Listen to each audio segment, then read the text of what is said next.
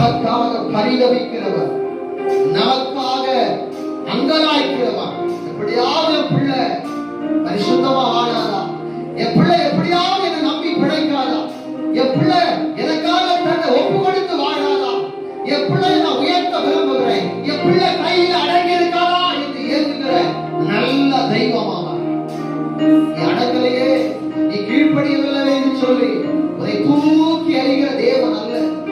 உன்னை தூக்கி எறிந்து வேடிக்கை பார்க்கிறவர் நம்முடைய தெய்வம் அல்ல.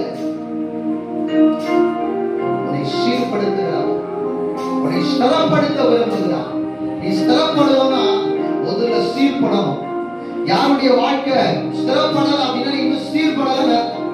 நீ உன்னை சீர்படுத்த இன்னும் விட்டு கொடுக்கல.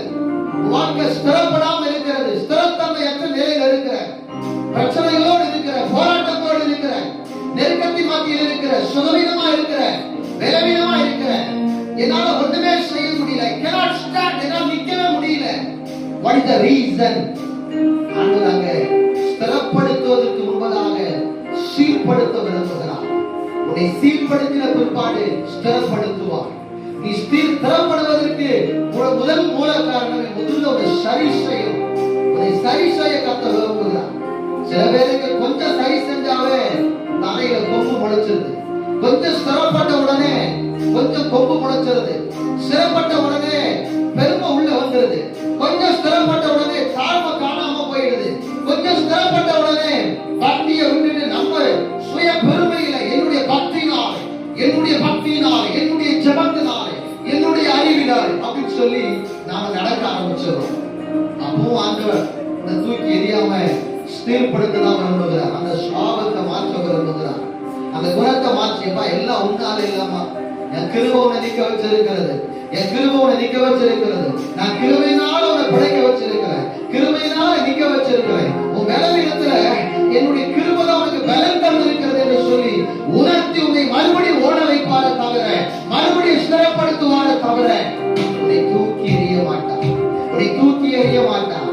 நீ அவருக்கு ரொம்ப முக்கியம், நீ அவருக்கு ரொம்ப முக்கியம், நீ அவருக்கு ரொம்ப முக்கியம்.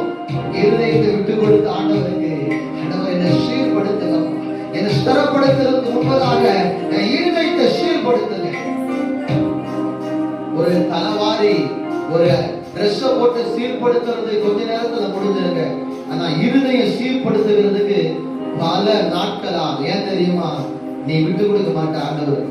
நிறைய நேரம் இருதயத்தை விட்டு கொடுக்காம இருக்கிறதுனால கர்த்தர் என்ன பண்றாரு தெரியுமா? அது வரைக்கும் காத்து இருக்கிறார், அது வரைக்கும் உனக்கு உணர்த்துகிறான். இருதயத்தை விட்டு கொடு விட்டு கொடு விட்டு கொடுன்னு சொல்லி கொஞ்சம் கொஞ்சமா அது உணர்றதுக்கு பல நாட்கள் ஆகிவிடுகிறது, பல மாதங்கள் ஆகிவிடுகிறது. அதனாலதான் நீ சீக்கிரம் மேல எழுப்ப முடியல. உன்னால சுருக்க அந்த என்ன சொல்றது வேகமா குரோத் ஆக முடியல. ஆண்டவர்கிட்ட ஒப்பு கொடுத்து ஆண்டவர்கிட்ட அப்பா என்னை சீர்படுத்துங்கப்பா, நான் ஸ்திரப்படணும் ஆண்டவர். அலைந்து திரிவதெல்லாம் என் வாழ்க்கை இல்லை. நான் அலமோதிட்டு இருக்கிறது எனக்கு that's not my life. அது என்னுடைய வாழ்வே கிடையாது. ஏன்னா அது எனக்கான பிளேஸ் கிடையாது. நீங்க இருக்கும்போது நான் ஏன் அடைஞ்சு தெரியணும், நான் ஏன் அங்கதான் இருக்கணும்? ஆண்டவர் ஒப்பு கொடுங்க, இருதயத்தை ஆண்டவர் ஒப்பு கொடுங்க, இருதயத்தை ஆண்டவர் ஒப்பு கொடுக்கலாமா? கொஞ்சம் ஸ்திரப்பட்ட உடனே நம்ம தலையில் ஒரு கொம்பு முளைச்சிருது. கொஞ்சம் ஆசீர்வதிக்கப்பட்ட உடனே நம்ம இருதயம் மேட்டிமை கொள்ளுகிறது. கொஞ்சம் ஸ்திரப்பட்ட உடனே, மேன்மை வந்த உடனே, கனம் வந்த உடனே, கொஞ்சம் அப்படி வந்த உடனே மேல அப்படியே பிரைடு வந்துருக்கு, பெருமை வந்துருக்கு. கர்த்தர் அதை விரும்புறதே இல்லை. தாழ்மை உள்ளவனுக்கு தான் பெருமை. நீங்க எவ்வளவு உயர்த்தினாலும் உங்க கையில் அடங்கி இருப்பேன். நீங்க எவ்வளவு இருந்தாலும் எவ்வளவு உயரம் போனாலும் நம்ம கையில தான் அடங்கி இருப்பேன். யோக கொடுத்தாங்க பேசி ஹalleluya. அர்ப்பணிக்கலாமா? சீர்படுத்து சிருஷ்டிகரே ஆராதனை. ஒரே ஒரு சரணத்தை பாடி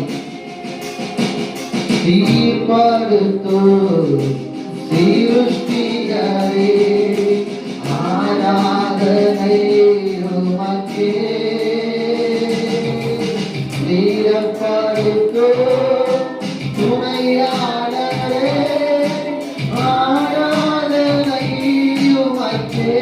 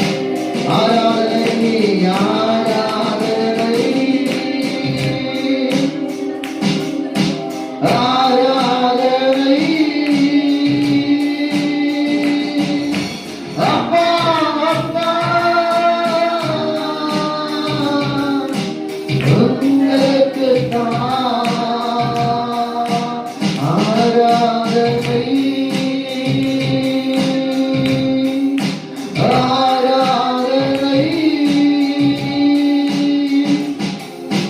அப்பா அப்பா